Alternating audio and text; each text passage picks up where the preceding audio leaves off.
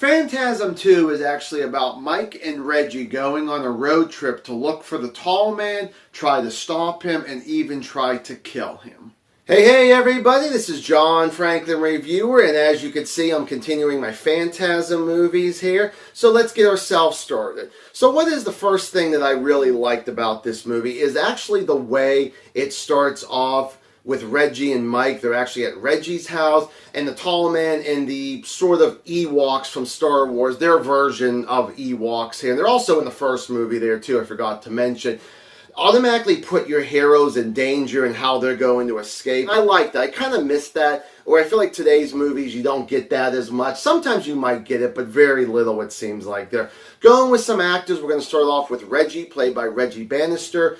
He's the main character in this one. It's great to actually see him because in the very first one, if you did see my review, he's only in it like here or there. In this one, he is full frontal along with Mike. So I really do enjoy that. He's a badass. He's really believable. He's one of the actors I strongly are like, yeah, I can always go behind you, Reggie. And you got Tall Man played by Angus Scrimm once again there, and I really do enjoy him. I mean, just his presence, so it's great to actually see him. Now, I really do enjoy the story. I do like the direction, which is also directed and written by the same person, Don Coscarelli. He still does a really good job on there. I'd say definitely for the first two acts, I really enjoy the big build-up, the planning of what Reggie and Mike have to do. One of my favorite scenes is when they end up going into a hardware store and they actually pick up some weapons, some actually cool things. It's not just them grabbing weapons and taking off kind of thing. There's actually some other stuff that actually happens in that scene that I thought was really cool. The flying silver balls, I will say this. I still like them. They'll still screw you up. They definitely have some added features to them. On this one here, I thought was really interesting. So they not only are they explaining who the tall man is and giving like little details in each sequel of who he is, where he comes from. I like the same thing with the silver balls. Enjoy the road trip with Mike and Reggie. It's all connected with the whole build up there. I think is really good. And the final like I got to throw out here is got to be maybe like literally the last 15 seconds, like the big twist that, you know, most movies would not go that way, and I really like the way that they actually went with that. And moving on to the dislikes, let's go with some of the characters here. Let's start off with a character named Elizabeth, who is boring as hell throughout this entire movie. She doesn't have a reaction to anything, or if she does, she's not that believable. And that sucks because I think she's a good-looking young lady, but her acting has got to be one of the worst I've ever seen, probably at least in this franchise. And there are others too, but at least in this particular sequel, I didn't actually like it. Plus, she actually dreams about Michael without ever knowing who he is, but supposedly knows what he looks like. So I don't, and they never actually explain that. I think supposedly Mike dreams about her too, and never met her. So it's kind of odd on that. I wish they would have, and maybe they did. Maybe they explained it. It was actually in the deleted scene. Who knows? But thinking about Mike, now he's actually played by James LaGrosse. Now I'm not going to get into the whole story. You can go on to YouTube, go on to Google, and it will explain everything why they got a new actor, why they didn't get a Michael Baldwin. There's like a huge drama about that.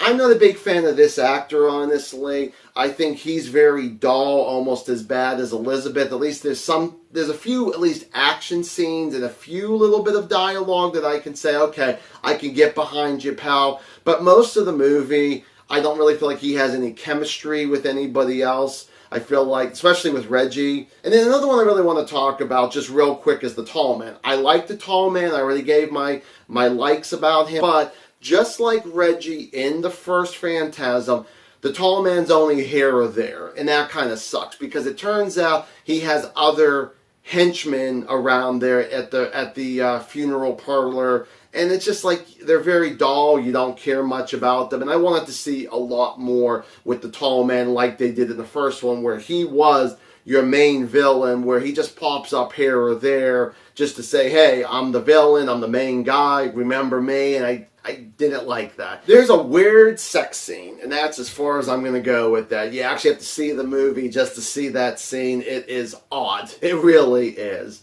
When you get to Act 3, for me, it runs out of gas. It's a huge letdown. And I think a lot of people would agree with me about this, especially when you're going to make this more of an action movie than the horror sci-fi like the first one was. Is that when you get to the big battle, good versus evil, you want to see a great fight between the good and the bad. And unfortunately for me, that's where it's like, no, you don't really get anything like that, and I think that's very sad. Like, for an example of one is a chainsaw scene with Reggie and one of the henchmen thinking, oh, this is going to start off really cool, and it just almost ended up almost like a Three Stooges skit to a point. And I love the Three Stooges. For anybody out there who knows who they are, for some reason it didn't feel like that it really fit the tone in this movie. I mean, at first it started off good, and then I was just like, don't really care. I really don't.